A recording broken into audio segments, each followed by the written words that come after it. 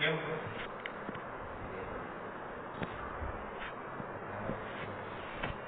વિદ્યાર્થી મિત્રો, હરિઓમ. કેમ છો?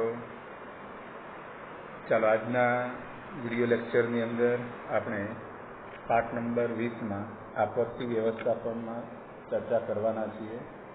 અગાઉ આપણે કુદરતી આપત્તિઓ વિશે ચર્ચા કરતા હતા. સુનામી સુધી આપણે વાત કરી હતી. હવે આપણે આગળની આપત્તિ દુષ્કાળ વિશે વાત કરવાના છે. દુષ્કાળને આપણે કહીએ છીએ કે અનાવૃષ્ટિ અને દુષ્કાળ બંને એક સમાન શબ્દો છે. આપણે જાણીએ છીએ કે કુદરતી આપત્તિઓ જે છે એ કુદરતી આપત્તિઓ ઘણો ખરો વિનાશ નોતરે છે, અને એ વિનાશ નોતરે છે તેની અસર લાંબા સમય સુધી આપણને જોવા મળતી હોય છે.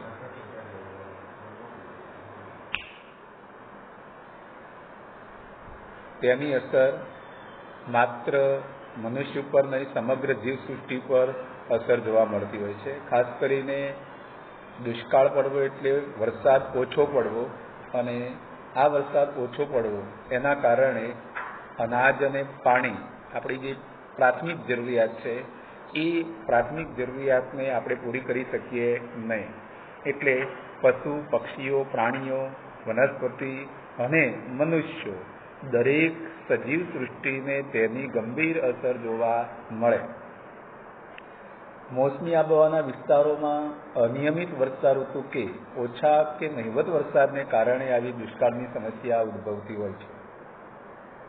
ભારત એક મોસમી આબોહવા ધરાવે છે, અને એના કારણે આપણા દેશની અંદર વારંવાર 2-4 વર્ષે આવા દુષ્કાળ પડતા જોવા મળે છે. વર્તમાન સમયમાં તો આપણે દુષ્કાળને સમસ્યા ઓછી કરવા માટે નદીઓ ઉપર, જળાશયોમાં કે પછી નાના મોટા જે ચેકડેમનું બાંધકામ કરી અને પાણીનો સંગ્રહ કરી શકીએ છીએ. એનાથી સિંચાઈ અને ખેતી પાકોને આપણે ઉગાડી શકીએ છીએ. પરંતુ આઝાદી પહેલાં આપણે ત્યાં આવી કોઈ સિંચાઈ યોજનાઓ કે મોટા બંધ કે આવી કોઈ વ્યવસ્થા નહોતી, અને એના કારણે તેની તે સમયે ગંભીર અસરો ઊભી થતી હતી.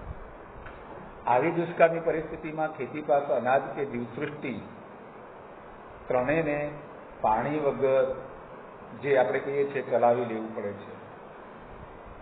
બીજી વાત કરીએ, અછતની પરિસ્થિતિથી પાણીના અભાવને લીધે સર્જાય છે. તો આ પરિસ્થિતિમાં ખેતી, કુદરતી વનસ્પતિ, વૃક્ષો આ બધાને નુકસાન પહોંચે છે. દુષ્કાળની સ્થિતિમાં માનવો માટે અનાજ અને સાથે પાલતુ પ્રાણીઓને ચારાની સમસ્યા સર્જાતી જોવા મળે છે. આપણે ત્યાં ગુજરાતમાં એક જાણીતો દુષ્કાળ, તમને ખબર હશે, કદાચ આપણા દાદાની સાથે વાતચીત કરી હોય તો દાદાએ કહ્યું હશે કે 56યો દુષ્કાળ પડ્યો હતો.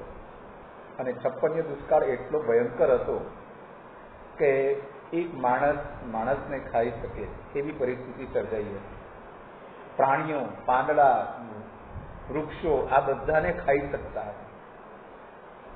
કદાચ એને તમારે નજરે એ સમયની પરિસ્થિતિને તો આપણે પન્નાલાલ પટેલની જે માનવીની ભવાઈ છે એ નવલકથાને વાંચો તો એની અંદર આ સઘળી માહિતી આપેલી છે. હવે તો એ નવલકથા પ્રમાણે એક આખું ફિલ્મ પણ બનાવવામાં આવ્યું છે, માનવીની ભવાઈ. એની અંદર આ દુષ્કાળની પરિસ્થિતિનું આમ શું કહેવાય, આબેહૂબ ચિત્ર રજૂ કરવામાં આવેલું છે. તો આજના યુગની અંદર વાહન વ્યવહાર અને સુદૃઢ વ્યવસ્થાપનને કારણે આ પરિસ્થિતિમાંથી આપણે હવે નીકળી ગયા છીએ, નિવારી શક્યા છીએ. અત્યારે આપણને આ પરિસ્થિતિની અસર ઓછી જોવા મળે છે. ચાલો, આ સમયે શું કરવું? તો કે ખેતીમાં પાણીનો ઓછો બગાડ થાય તેવી પદ્ધતિનો વિકાસ કરવો જોઈએ. ઉદાહરણ તરીકે માટા પિયત પદ્ધતિ હોય, ટપક સિંચાઈ પદ્ધતિ હોય, ફુવારા પિયત પદ્ધતિ હોય, એનો વ્યાપ વધારવાનો છે. બીજું, અનાજની માપબંધી, એટલે કે અનાજ જે છે એ અનાજ જેવા પ્રાથમિક ખોરાકની કિંમત જે છે એ કિંમત સરકારે જ નક્કી કરવી જોઈએ, અને ઉપલબ્ધ જળ જથ્થાનો અંદાજ કાઢી વપરાશનું આયોજન કરવું, જેથી કરીને દરેકને અનાજ અને પાણીની સગવડ પહોંચાડી શકાય. ત્રીજું, રાહત કામો અને સસ્તા દરના અનાજની વિતરણની વ્યવસ્થા ઊભી કરવાની છે. અને ચોથું, તાકીદના કામ સિવાય બાંધકામની પ્રવૃત્તિ શું કરવી જોઈએ? બંધ કરવી જોઈએ. આ 4 પ્રયાસો દુષ્કાળ સમયે કરવાના છે. શું ન કરવું જોઈએ? તો અનાજનો બગાડ થતો અટકાવવા માટે મોટા મોટા જે ભોજન સમારંભ રાખવામાં આવે છે, સામાજિક કાર્યક્રમોની અંદર જે ભોજન સમારંભ રખાય છે તે ન યોજવા જોઈએ. બીજો નંબર, નાગરિકોને અનાજ કે ઘાસચારાની સંગ્રહખોરી ન કરવા દેવી. ઘણા બધા લોકો આવી પરિસ્થિતિનો લાભ લેવા માટે, પૈસા કમાવા માટે એ શું કરતા હોય છે તો કે અનાજનો સંગ્રહ કરે છે, કૃત્રિમ અછત ઊભી કરતા હોય છે, ઘાસચારાની કૃત્રિમ અછત ઊભી કરે અને એના ભાવ વધારી દઈને લોકો પાસેથી વધુ ભાવ પડાવતા હોય છે. તો આ પરિસ્થિતિ છે એ ન થાય તે માટેના પ્રયાસો કરવા જોઈએ. તો ચાલો આપણે દુષ્કાળની પરિસ્થિતિ જોઈએ. હવે જોવાનું છે દાવાનળ. દાવાનળ એટલે શું? તો કે જંગલમાં લાગતી આગ હોય તેને શું કહેવામાં આવે બેટા? દાવાનળ કહેવામાં આવે છે. દાવાનળ કેમ થાય છે? તો કે આપણે જાણીએ છીએ કે માનવીની બેદરકારી અથવા તો જાણી જોઈએ બંને પ્રવૃત્તિઓને કારણે અથવા તો કુદરતી જે ગરમીનું પ્રમાણ વધુ હોય ત્યારે એક વૃક્ષ બીજા વૃક્ષ સાથે શું થાય છે? ઘસડાય અને એના કારણે આગ લાગવાની શક્યતાઓ વધારે હોય છે. આગ લાગે એટલે મોટા પાયા પર વિનાશ વેરાય છે. દાવાનળની ઘટના માટે વીજળી પડવા સિવાયના બધા કારણો માનવ સર્જિત છે. જ્યારે ચોમાસામાં વીજળી પડતી હોય ત્યારે આગ લાગી જાય, પરંતુ તે સિવાયના બધા કારણો કેવા કીધા છે? માનવ સર્જિત છે. સડકથી જે જંગલ વિસ્તારની અંદર રહેતા લોકો હોય એ લોકો પોતાને સડકથી બીડી સિગારેટ અથવા તો દીવાસળી ફેંકી દે, તેના કારણે જંગલમાં આગ લાગી જાય છે. પર્યટકો અથવા યાત્રિકો અથવા પશુ ચરાવનારા જે લોકો છે એ લોકો જ્યાં જ્યાં ફરતા હોય છે, જ્યાં રોકાયા હોય છે ત્યાં પોતાને ખોરાક માટે કે અન્ય માટે એમણે પ્રવૃત્તિઓ કરી હોય છે અને એના કારણે એ સામગ્રી છોડી દેતા આ આગ લાગવાની શક્યતા છે. દાવાનળ કોઈ ચોમાસામાં નથી થતો. દાવાનળ સૂકી ઋતુની અંદર પાનખર પછીના સમયમાં લાગવાની સંભાવના વધારે હોય છે. કારણ કે ચોમાસા સમયગાળા દરમિયાન તો વરસાદ પડતો હોય છે એટલે આગની જે શક્યતા છે એકદમ નહિવત હોય છે. પરંતુ શિયાળા પછી જે અત્યારે આપણે પાનખર ઋતુ ગઈ એના પછીના સમયમાં જંગલમાં આગ લાગવાની ઘટના સૌથી વધારે થતી હોય છે. જ્યારે આવા પ્રકારે જંગલમાં આગ લાગે ત્યારે સૂકું ઘાસ, ખડેલા પાંદડા એ બધા ઈંધણનું કામ કરે છે. આ પરિસ્થિતિમાં દાવાનળના ફેલાવા માટે જવાબદાર કહી શકાય છે. ગરમી અને ઓછો ભેજ તેમજ પવનવાળા દિવસોમાં જંગલમાં આગ ઝડપથી ફેલાવાની સંભાવના હોય છે. કેટલાક વૃક્ષોમાંથી ઝરતો જે તેલીય પદાર્થ છે કે જ્વલનશીલ પદાર્થ હોય છે તે પણ આગને ફેલાવે છે. એટલે આ પ્રકારે આગ જે છે એ આગની અંદર વધારો કરી શકે તેવા કેટલાક પરિબળો પણ હોય છે. ગરમી અને ઓછા ભેજ હોય તથા પવનવાળા દિવસોમાં આગ ઝડપથી ફેલાય છે. વૃક્ષોમાંથી તરતો જે તેલીય પદાર્થ છે તે પણ અને જ્વલનશીલ પદાર્થો છે તે પણ આગને ફેલાવવામાં મદદરૂપ બને છે. એકવાર આગ લાગ્યા પછી પવનની દિશામાં દર કલાકે 15 કિલોમીટરની ઝડપે આગળ વધવાની સાથે સાથે ચારે બાજુ આ આગ ફેલાઈ જતી હોય છે. અને એકવાર દાવાનળ શરૂ થઈ ગયા પછી જો તેને બુઝાવવાના પ્રયત્નો માનવી દ્વારા ન થાય તો આખા જંગલ જે છે એ જંગલમાં ફાટી નીકળે છે. તેની અસર આપણે જાણીએ છીએ કે ખતરનાક જોવા મળે છે. પૂરેપૂરી ઠરી જાય કે ભારે વરસાદ થાય તેવા બે સંજોગોમાં આ આગ અટકી શકે.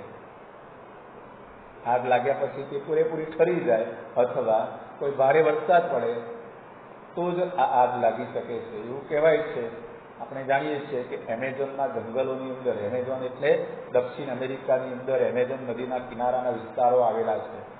દુનિયાનું સૌથી વધારે ગાઢ ગીચ જંગલ હોય તો એ એમેઝોન જંગલ છે. અને એ એમેઝોન જંગલની અંદર આગ લાગી છે એવું કહેવાય છે કે અમેરિકા, યુરોપિયન દેશો, દક્ષિણ અમેરિકન દેશો, આ બધા જ દેશોના ફાયર ફાઇટરો અને એની જે અગ્નિશમન જે શું કહેવાય છે કેન્દ્ર હોય છે અથવા અગ્નિશમન જે સંસ્થાઓ હોય છે એના લોકોએ આગ બુઝાવવાનો પ્રયાસ કર્યો છે, પરંતુ હજી સુધી તે આગ બુઝાવી શકી નથી. આટલી ખતરનાક એક વખત લાગી ગયા પછી, કારણ કે એનો વિસ્તાર જ એટલો બધો વિશાળ છે ચારે બાજુ લાગેલી આગને ક્યાં ઓલવવી અને ક્યાં એને ઠારવી એ અઘરું પડી જતું હોય છે. દાવાનળને કારણે ભડકે બળતા જંગલમાંથી ધુમાડો અને ગરમ હવાની સાથે ઊંચે ઉઠતા તણખા નજીકની વસાહતોમાં આગનું જોખમ ઊભું કરે છે. વન્ય પ્રાણીઓ, પશુ પક્ષીઓ આ બધાના આશ્રય છીનવાઈ જતા હોય છે. આજુબાજુમાં રહેતા લોકો જે છે એ લોકોના ઘરોમાં પણ આવી આગ લાગી જતી હોય છે.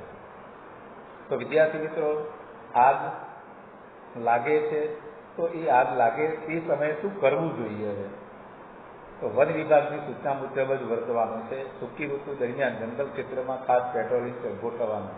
એટલે જંગલ ખાતાના જે અધિકારીઓ હોય છે એમણે સૂકી ઋતુની અંદર કોઈ પ્રવાસી, કોઈ મુલાકાતી અથવા તો કોઈ ગાય ભેંસ પાલન કરનારા જે લોકો પશુપાલકો હોય કે પછી લાકડા કે કોઈ પણ જંગલ પેદાશો મેળવવા જતા લોકો હોય એ જંગલમાં જઈને આવી ખોટી પ્રવૃત્તિઓ ન કરે તે માટે જંગલ વિસ્તારના આવા વન અધિકારી લોકોએ પેટ્રોલિંગ કરવું જોઈએ.